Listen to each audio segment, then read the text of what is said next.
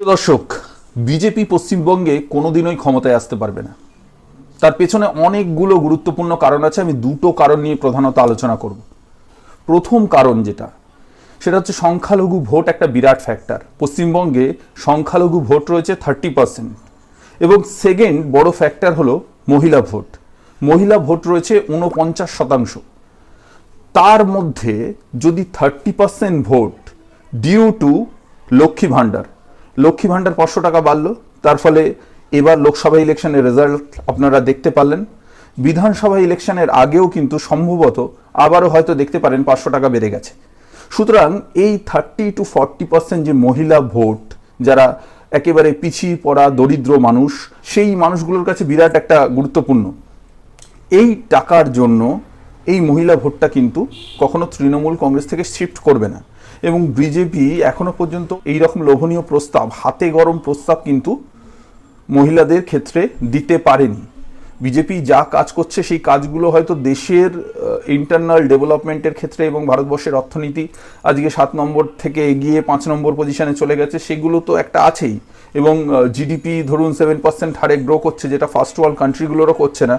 কিন্তু সেই ফ্যাক্টরগুলো কিন্তু সাধারণ মানুষের কাছে একেবারে হাতে গরম ফ্যাক্টর হচ্ছে না। একদম যেটা একদম গরম গরম জিনিস দিচ্ছে, সাইকেল, লক্ষ্মী ভাণ্ডার, কন্যাশ্রী, রূপশ্রী, যুবশ্রী, একেবারে হাতে গরম প্রকল্প, ডাইরেক্ট জনগণ বেনিফিশিয়ারি হচ্ছে।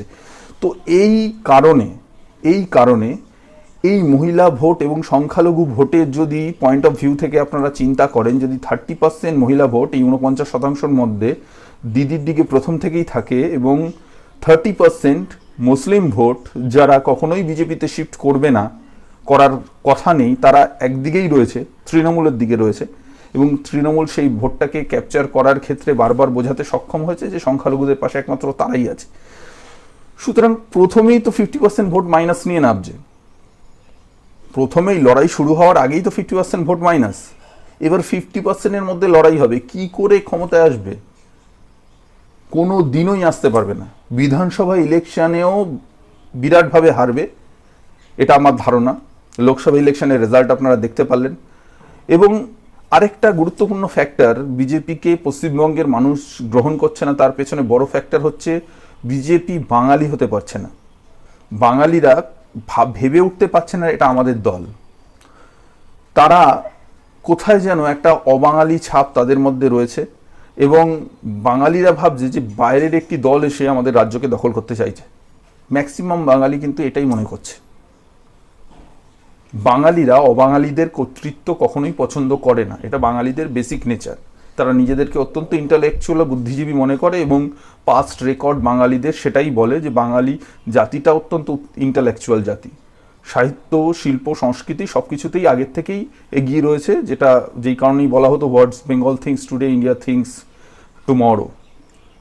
তো এই জায়গা থেকে বাঙালিকে যদি শিফট করাতে হয়, তাহলে কিন্তু বাঙালির সাহিত্য, সংস্কৃতি, সেখানকার খাদ্যাভ্যাস, সেখানকার মানুষের রুচিবোধ, মানুষের কোন গান ভালোবাসে, মানুষ কিভাবে চলতে ভালোবাসে, তাদের ভাবনা চিন্তা কি, এই সমস্ত কিছু যদি না বুঝতে পারে, তাহলে কিন্তু কোনো দিনই সেই রাজ্যের মানুষদেরকে এই জিনিসটা ফিল করানো যাবে না যে আমরা তোমাদের। এবং যেটা ফিল করানোর ক্ষেত্রে মমতা বন্দ্যোপাধ্যায়ের জুড়ি মেলা ভার। মমতা বন্দ্যোপাধ্যায় কিন্তু একদম দরিদ্র থেকে শুরু করে ধনী ব্যক্তি সবার কাছেই কিন্তু এই ফিলিংসটা কোথাও পৌঁছে দিতে পারছে, এই কানেকশনটা কোথাও তৈরি করতে পারছে, যেখান থেকে মানুষ এটা বুঝতে পারে যে দিদি আমাদের জন্য ভাবে, দিদি আমাদের জন্য করে। ভারতীয় জনতা পার্টি এই জায়গাটায় ভীষণভাবে ব্যর্থ এবং প্রচুর কারণ আছে। আমি সেই সমস্ত কারণ নিয়ে অত ডিসকাস করবো না। আমার মনে হলো এই দুটো কারণ হচ্ছে বিরাট গুরুত্বপূর্ণ কারণ, প্রধান কারণ। এছাড়া সেন্ট্রাল গভর্নমেন্টের প্রচুর প্রকল্প রয়েছে যেগুলো কখনোই পশ্চিমবঙ্গে যারা বিরোধী রাজনীতি করছে, বিশেষ করে আমরা বিজেপি দলের কথা বলছি, তার নেতৃত্ব কখনোই জনগণের সামনে সেই অর্থে তুলে ধরতে পারে না।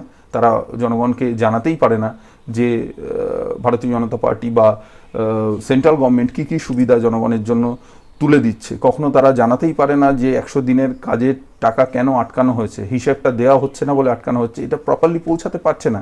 কিন্তু তৃণমূল কংগ্রেস কিন্তু এটা বোঝাতে মানুষকে সক্ষম যে 100 দিনের কাজের টাকাটা সেন্ট্রাল দিচ্ছে না, কেন দিচ্ছে না এই জায়গাটা কিন্তু বিজেপি নেতৃত্ব ক্লিয়ার করতে পারছে না। প্রচুর কারণ আছে, অজস্র কারণ, যদি কারণগুলো নিয়ে ডিসকাশন করা যায় অন্তত 10টা কারণ আপনাদের সামনে তুলে দেওয়া যেতে পারে, যেই 10টা কারণ অত্যন্ত গুরুত্বপূর্ণ এবং স্ট্রং কারণ।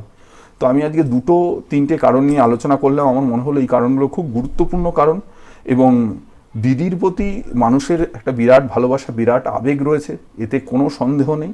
মমতা বন্দ্যোপাধ্যায়কে বিরাটভাবে ভালোবাসে পশ্চিমবঙ্গের মানুষ, এবং ভারতীয় জনতা পার্টিকে সেই জায়গা তৈরি করতে গেলে অনেক চিন্তা করতে হবে।